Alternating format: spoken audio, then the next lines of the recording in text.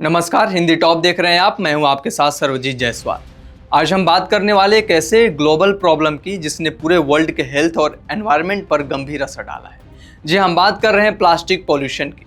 दुनिया भर में प्लास्टिक का इस्तेमाल कम होने के बजाय बढ़ता ही जा रहा है और इसका असर भी लोगों की हेल्थ, एनवायरनमेंट और फ्यूचर जनरेशन पर पड़ता हुआ दिख रहा है। हाल ही में एक बड़ा स्टडी सामने आया है जिसमें चेतावनी दी गई है कि अगर प्लास्टिक कंजप्शन और प्रोडक्शन का करंट ट्रेंड जारी रहा तो अगले कुछ सालों में डिजीज और हेल्थ इश्यूज दोगुने तक बढ़ सकते हैं। आज हम बात करने वाले एक ऐसे ग्लोबल प्रॉब्लम की जिसने पूरे वर्ल्ड के हेल्थ और एनवायरनमेंट पर गंभीर असर डाला है।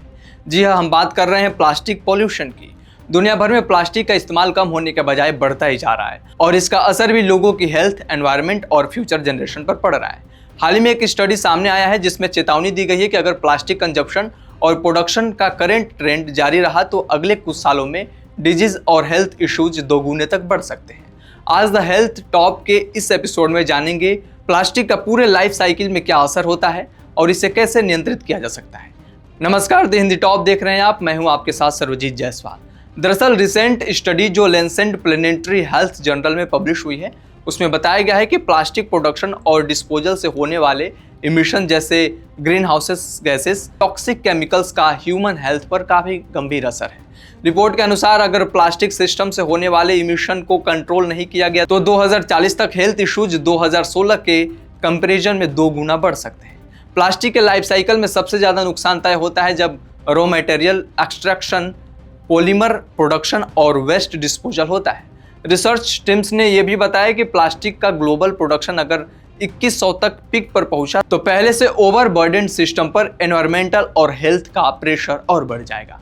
London school of hygiene and tropical medicine और फ्रांस के रिसर्च इंस्टीट्यूट ने कहा है कि प्लास्टिक पोल्यूशन और इसके पूरे लाइफ साइकिल में होने वाले इमिशन का ह्यूमन हेल्थ पर असर पहचानना अब तेजी से जरूरी हो गया है। हालांकि इस असर को पूरी तरह से मेजर्स करना अभी शुरू ही हुआ है। रिसर्चर्स का कहना है कि लाइफ साइकिल असेसमेंट से हमें ये पता चलता है कि पोल्यूशन को ग्लोबल लेवल पर कंट्रोल करना कितना ज़रूरी है।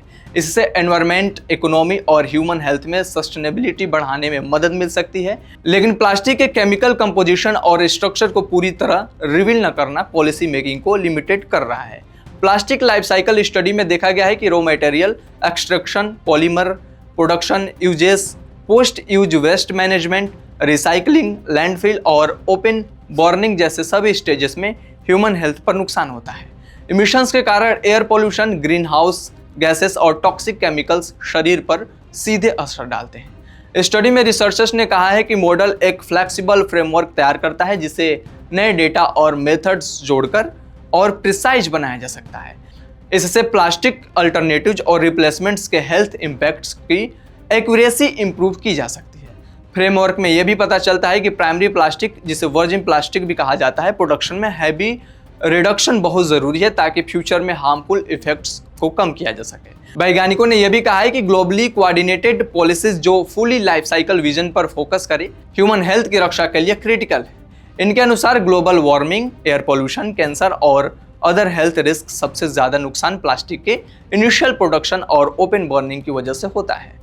P2 जिसे प्लास्टिक टू ओशियन और BAU यानी बिजनेस एज यूजुअल प्रोजेक्शन के मुताबिक 2016 से 2040 के बीच हेल्थ इम्पैक्ट्स दोगुने से ज़्यादा हो सकते हैं। अध्ययन में यह भी सुझाव दिया गया है कि पॉलिसी मेकर्स को नॉन इसेंशियल प्लास्टिक प्रोडक्शन को रेगुलेट करना चाहिए और इसे काफ़ी कम करना चाहिए।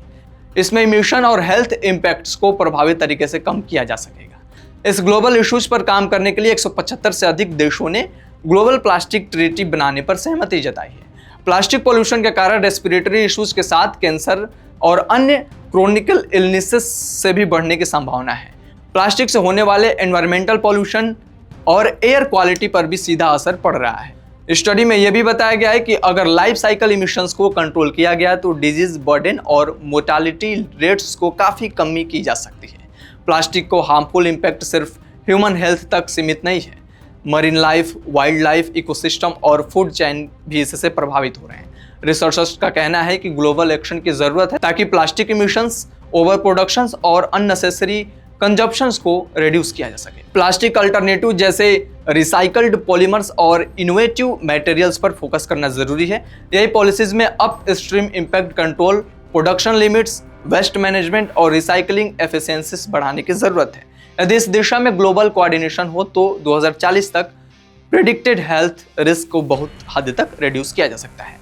प्लास्टिक लाइफ साइकिल असेसमेंट और इमिशन स्टडी में ये भी पता चलता है कि ओपन बर्निंग, लैंडफिल और माइक्रोप्लास्टिक का एनवायरनमेंट और ह्यूमन बॉडी पर गंभीर असर है। रिसर्चर्स का कहना है कि हम जितना जल्दी ग्लोबल प्लास्टिक इंप्लीमेंट करेंगे, हेल्थ और एनवायरमेंटल बर्डन उतना ही कम होगा। सोशल अवेयरनेस और पब्लिक कैंपेन भी अब जरूरी है। लोगों को प्लास्टिक यूजेज कम करने, सिंगल यूज प्लास्टिक अवॉइड करने और रिसाइकलिंग प्रैक्टिसेस अपनाने के लिए एजुकेट करना होगा। स्कूल्स, कॉलेजेस, कॉरपोरेट्स और हाउस होल्ड में इनिशिएटिव शुरू करनी होगी।